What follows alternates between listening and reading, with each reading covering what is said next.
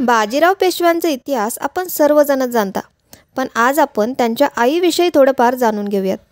बाजीरावांच्या आईचं नाव होतं राधाबाई. त्या वयाच्या अवघ्या 10 ते 12 वर्षाच्या असतानाच त्यांचं लग्न श्रीवर्धनच्या बाळाजी विश्वनाथांबरोबर झालं. पुढे बाळाजी विश्वनाथांच्या मोगली धावपळीत त्या देखील घाटावर आल्या. त्यांच्यासोबत त्या देखील सर्व राजकारण जवळून पाहत होत्या. बाजीराव, चिमाजी अप्पा, भिऊबाई आणि अनुबाई अशी एकूण 4 मुले राधाबाईंना होती. राधाबाईंचा स्वभाव हा कर्तव्य कठोर आणि शिस्तप्रिय होता. यामुळे राजकारणात त्यांचा दरारा होता. त्यांना राजकारणाची चांगली जाण असल्याने त्या राज्यकारभारात हिरिरीने भाग घ्यायच्या.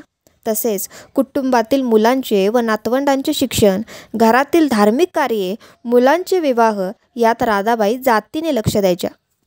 राधाबाईंचे मराठा साम्राज्यातील सर्वांशीच चांगले संबंध होते.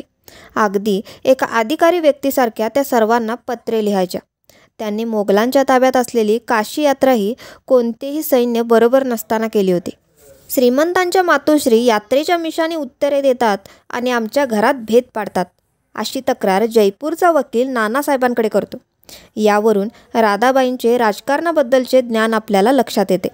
राधाबाई या अत्यंत कठोर देखील होत्या. त्या प्रसंगी सरदार लोकांना ओरडायला सुद्धा कमी करत नव्हत्या. पेशवे घराण्यातील अशाच मातब्बर स्त्रियांचा इतिहास खूप कमी लोकांना माहीत आहे. ही माहिती तुम्हाला आवडल्यास तुमच्या मित्रमैत्रिणींसोबत नक्की शेअर करा.